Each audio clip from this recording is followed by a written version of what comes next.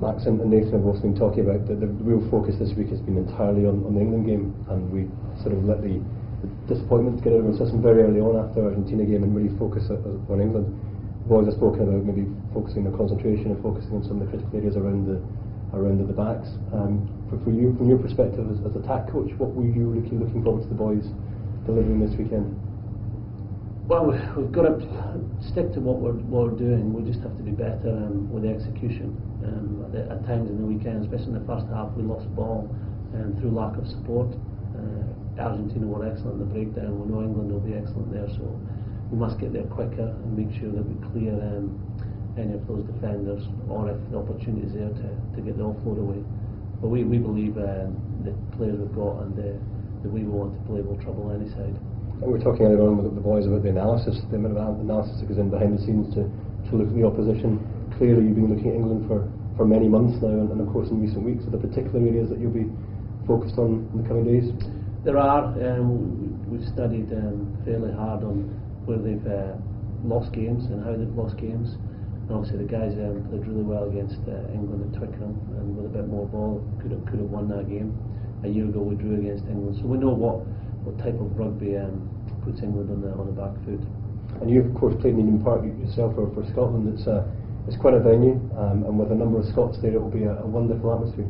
It will, and I'm sure there'll be a lot of neutrals there as well, hopefully supporting us. But the stadium looks better than ever now. 60,000 people there, and I saw a couple of games last week where the atmospheres were great.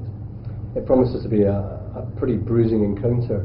I think maybe just a word for Max and what you're looking for from him and the wider sort of back division.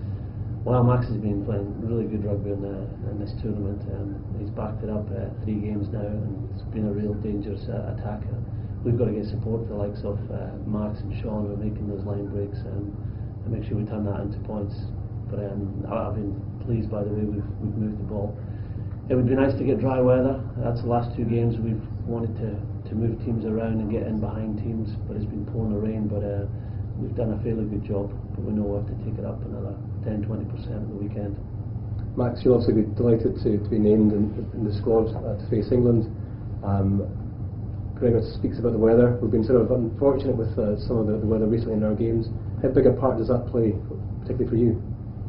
Yeah, I think having a dry ball is when it's wet, you're kind of a bit more restricted in terms of you can still make the breaks or attack the space, but it's getting the link with some other players is sometimes difficult in wet conditions. With a wet ball, you run the risk of offloading it in those kind of conditions. So yeah, I'm kind of praying for dry conditions. It's something it's the kind of conditions that I thrive on. So yeah, let's hope we get a good day in there. I think England will be praying for dry conditions too. They've been playing indoors for the last 3 games, so they'll be crossing their fingers as well, I think. That clearly makes a difference, having the dry conditions. And from a forwards perspective, Nathan, you'll be delighted to be on the bench. I like it when it's dry. I like it when it's dry when I'm on the bench. Don't get it wet when I'm watching. It was pretty exposed and rainy. Yeah, it was. It's soaked. But excuse me. Yeah, it helps if it's dry. But like Max was saying, the dry ball is better for running rugby, and it's not as wet underfoot. So we all like to play with a dry ball and in dry conditions. But we play winter sport, so you got to be ready for whatever Mother Nature throws at you. Yeah. Gregor, maybe just a comment on the forwards. We've seen some changes there with Ewan coming back in, and of course Kelly Brown's unfortunately he's got an injury.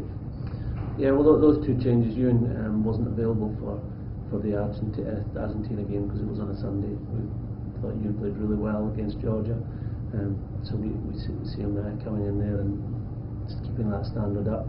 Kelly Brown unfortunately picked up a head knock, so he's not available this weekend, and Richie Vernon played really well against Romania, so he's got to take his chance. So in terms of the remainder of the week, we have a bit of time to ourselves today from a squad perspective. There'll be a lot of analysis, I'm sure, that's been done by the coaches today. And what's the plan for tomorrow? Well, the players do have a day off today, but we're going to meet up as a squad just to talk through certain attack and defence scenarios. So it's not a complete day off for them. and then tomorrow it's such a quick turnaround. That's the team run at the stadium, and 6 days before the last game, it'll soon be kick-off time on Saturday night. So in terms of the team run, how much work can you really do during that sort of 90-minute period? Well, it's covering things that players are unsure of, but it's also getting that feeling of, right, this is a team, this is where we're playing the next day. It's really the players taking over, especially the leaders.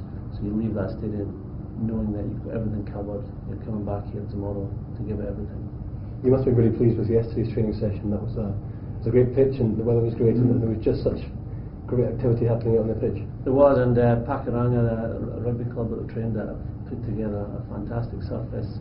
Even the club rooms where we had our meeting before was excellent, and I was really pleased to see the players so sharp. That was a bruising game on Sunday night, and that was the first session. They were flying at training. There was only a couple of players, Jim Hamilton and Kelly Brown, that weren't able to train. Everyone else was very sharp. Well, gents, I think that's our time just about coming to a conclusion now. I'll maybe just ask you all to make some sort of final comments to the supporters and your sort of final thoughts on the game. Max, maybe over to you first. Yeah, just already it's been great feeling such support from everyone back home and out here, and just kind of ask us to keep that up and cheer us on the weekend, and yeah, that'd be a great feeling as a player taking the pitch. Yeah, same for me. Thanks for your support already, and we'll be doing our best to get through, beat England, and hopefully with more than 7 points. But we really do feel the support from back home, and we really do appreciate it. Gregor, maybe some final comments from you? Well, from a coaching point of view, we're delighted to work with such a special group of players, and there's a special performance going to come out of this group, and we're doing everything we can to make sure it's this Saturday night. Well, thank you everybody for watching on ScottishRugby.org and the RBS Facebook page. I hope you've enjoyed that. Thank you for joining us in the 3 previous streams.